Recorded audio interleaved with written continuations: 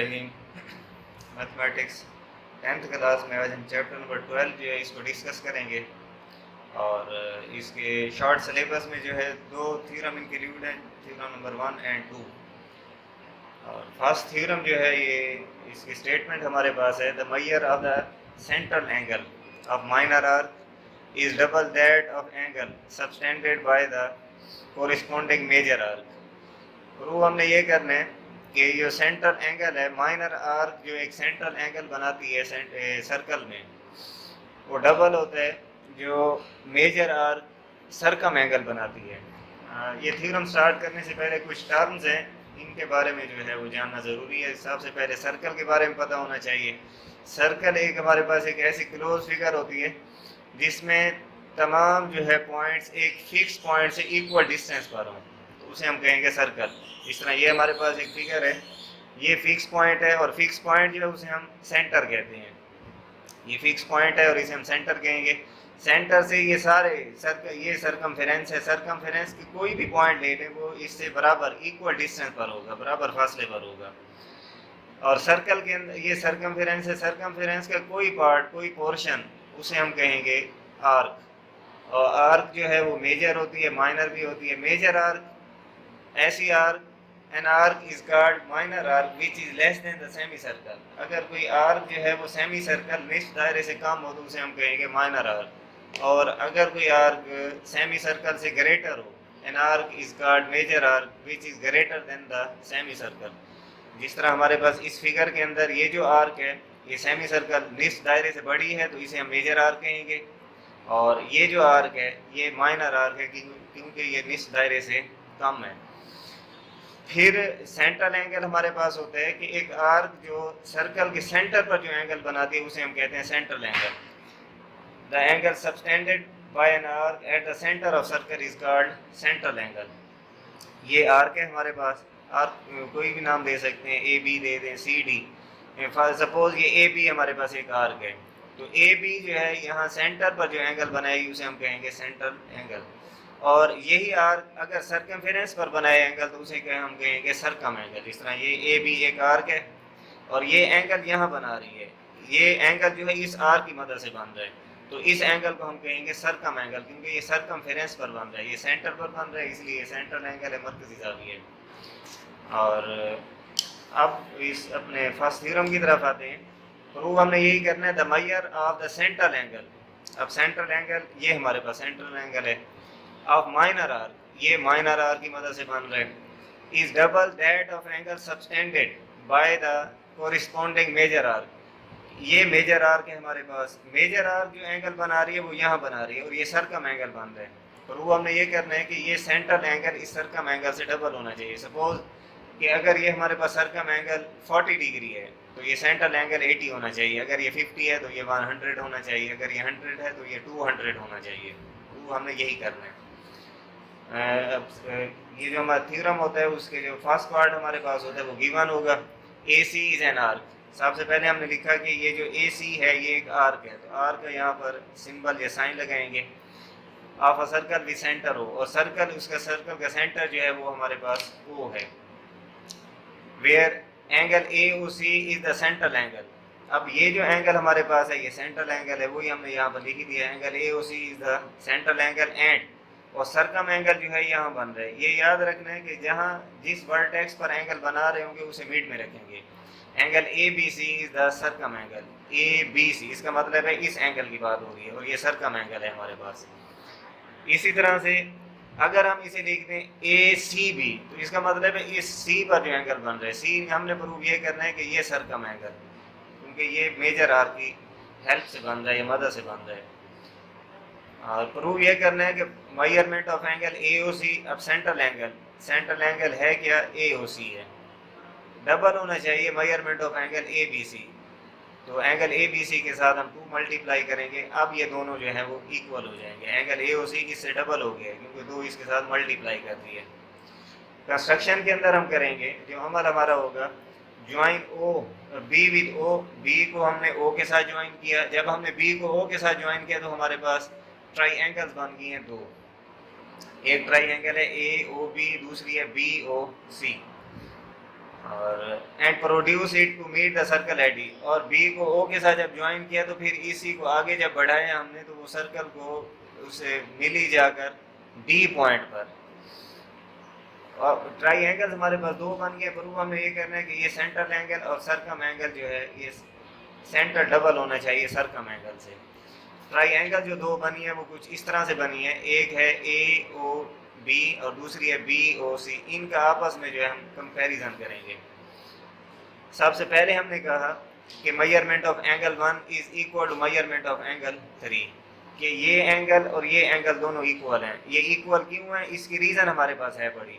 ये देखें, ये सर्कल है, सर्कल का ये सेंटर है, सेंटर से सर्कमफेरेंस के किसी भी पॉइंट तक का फासला जो है वो रेडियस होता है। इसका मतलब है यहाँ से यहाँ तक ये रेडियस है, और फिर यहाँ से यहाँ तक ये भी एक रेडियस है, और ये तमाम रेडियस एक सर्कल के जितने भी रेडियस होते हैं ये आपस में इक्वल होते हैं। इसका मतलब है ए ओ और बी ओ आपस में बराबर हैं। अगर ये दो साइडें आपस में इक्वल हैं तो इनके एंगल्स भी आपस में इक्वल होंगे। वही रीज़न देंगे, एंगल 1 एंगल 3 इक्वल है। रीज़न क्या देंगे, angle opposite to equal side triangle O A B, इस ट्राई एंगल की बात कर रहे हैं। ये ट्राई एंगल है ए ओ बी, ये दोनों साइडें बराबर हैं। अगर ये दोनों साइडें बराबर हैं तो ये दोनों एंगल भी आपस में इक्वल होंगे, बराबर होंगे। तो एंगल 1 और एंगल 3 ये दोनों एंगल इक्वल हो गए। फिर इसी तरह इस ट्राई एंगल में हम आते हैं। अब ये साइड, ये यहाँ से यहाँ तक ये रेडियस है, और यहाँ से यहाँ तक ये भी रेडियस है, और ये दोनों आपस में, ये साइड इस ट्राई एंगल के अंदर, ये साइड और ये साइड भी दोनों इक्वल हैं। अगर ये दोनों इक्वल हैं तो ये एंगल और ये एंगल भी इक्वल होंगे। रीज़न इसकी भी वही होगी, angle opposite to equal side triangle change हो जाएगी, triangle O B C, क्योंकि अब इस ट्राई एंगल की बात कर रहे हैं। ये ट्राई एंगल है, ये यहाँ से यहाँ तक और यहाँ से यहाँ तक दोनों आपस में बराबर हैं। क्यों बराबर हैं, क्योंकि ये भी रेडियस है, ये भी रेडियस है। तमाम रेडियाई जो है ये एक ही सर्कल की ये इक्वल होते हैं। अगर ये इक्वल है तो इनके अपोजिट एंगल भी आपस में इक्वल होंगे। इधर एंगल 2 है और इधर एंगल 4 है, तो measurement of angle 2 is equal to measurement of angle 4। ये दोनों आपस में इक्वल है। रीज़न वही लिखेंगे, angle opposite to equal side triangle O B C. फिर measurement of angle 5 is equal to measurement of angle 1 plus measurement of angle 3। अब इसमें याद ये रखना, जिस तरह ये हमें पता है कि ट्राई एंगल के जो इंटीरियर एंगल होते हैं उनका सम जो है वो 180 के इक्वल होता है, ना 180 से लेस होगा और ना 180 से ग्रेटर। अगर ट्राई एंगल का कोई एक हम एक्सटीरियर एंगल ले लें कि ये साइड अगर हम आगे इस तरफ बढ़ा दें तो ये एक्सटर्नल एंगल भी कह सकते हैं, इसे एक्सटीरियर भी कह सकते हैं। ये हमेशा डबल होता है, अपोजिट, ये जो इसके जो अपोजिट एंगल हैं उन दोनों के सम के इक्वल होता है। तो यहाँ पर भी हम ये ट्राई एंगल थी, ये हमने साइड जो है इसको प्रोड्यूस कर दिया था, बढ़ा दिया था। अगर इस ट्राई एंगल की बात करें तो ये एक्सटीरियर एंगल है इसका, और एंगल है क्या, ये 5 है।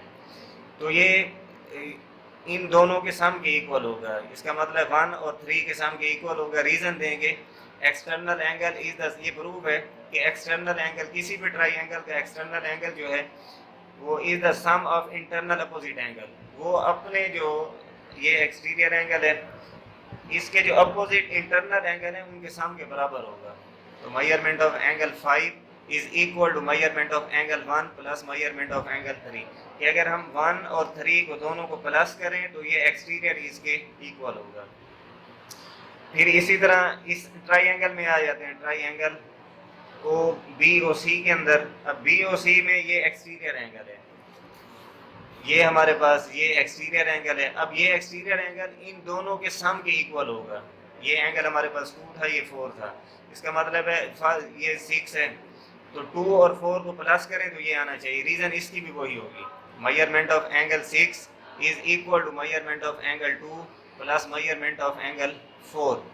रीज़न वही यहाँ कॉपी करेंगे, external angle is the sum of internal opposite angles.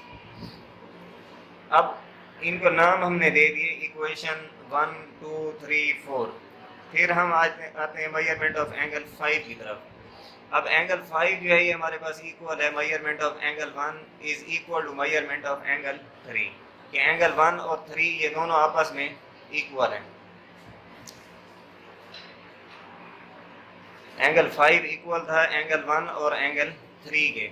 यहाँ हमने जो फर्स्ट इक्वेशन थी उसमें ये कहा था कि एंगल 1 और एंगल 3 इक्वल हैं। इसका मतलब है एंगल 1 की जगह पर हम एंगल 3 पुट कर सकते हैं। यहाँ पर हमने यही किया कि इस एंगल 5 इसकी इक्वल है, एंगल 1 की जगह पर हमने पुट कर दी उसकी वैल्यू मेजरमेंट ऑफ एंगल 3, इसे हमने नाम दे दिया 5 का।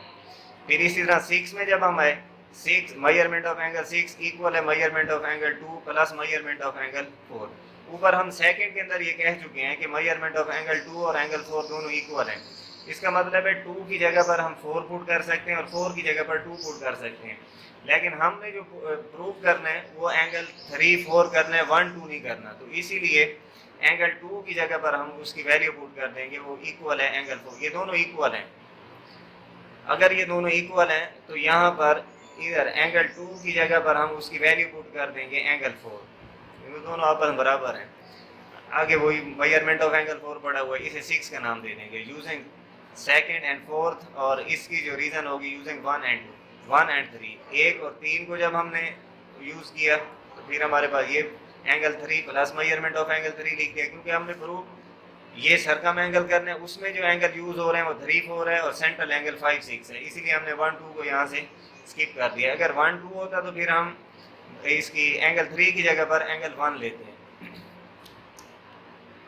अब ऊपर हम यहाँ पर अगर ये हमारे पास इक्वेशन 5 है, ये 6 है, इन दोनों इक्वेशंस को ऐड कर देंगे, adding equation 5 and 6। Left hand side से ऐड करेंगे, angle 5 plus measurement of angle 6 कर देंगे। राइट हैंड साइड से करेंगे तो ये मेजरमेंट ऑफ एंगल 3 और एंगल 3 ऐड होगा तो 2 मेजरमेंट ऑफ एंगल 3 हो जाएगा। एंगल 4 से ऐड, इन दोनों इक्वेशंस को ऐड कर रहे हैं। इन दोनों को जब ऐड किया तो 2 measurement of angle 3 plus 2 measurement of angle 4 हो जाएगा, एडिंग इक्वेशन 5 एंड 6। इन दोनों में 2 कॉमन नजर आ रहा है तो 2 कॉमन ले लेंगे, और angle 5 plus measurement of angle 6, ये एंगल 5 और 6 को अगर हम प्लस करें तो ये पूरा ये सेंट्रल एंगल ही बनता है। इसका मतलब है इसकी जगह पर हम लिख सकते हैं एंगल AOC। तो यहाँ पर यही हमने किया कि measurement of angle 5 plus measurement of angle 6 था, तो उसकी जगह पर हमने पुट कर दिया मेजरमेंट ऑफ एंगल AOC। ये दोनों, ये भी सेंट्रल एंगल है, ये भी, इन दोनों को प्लस करें तो यही आता है। यहाँ 2 कॉमन लिया तो 2 measurement of angle 3 plus measurement of angle 4 रह जाएगा, और एंगल 3 एंगल 4 ये पूरा जो है इक्वल है एंगल ABC के। तो इस पूरे की जगह पर हम लिख सकते हैं मेजरमेंट ऑफ एंगल ABC, और बाय 2 पड़ा हुआ है, ये डबल हो गया। इसके बाद सेंट्रल एंगल जो है ये सरकम एंगल से डबल है। तो ये हमारे पास इसका फर्स्ट थ्योरम था। आई होप ये आपको अच्छी तरह समझ आ गया होगा। मज़ीद इसके अंदर अगर कोई डिफ़िकल्टी है तो आप कॉन्टैक्ट करके पूछ सकते हैं। नेक्स्ट लेक्चर तक के लिए इजाज़त, अल्लाह हाफ़िज़।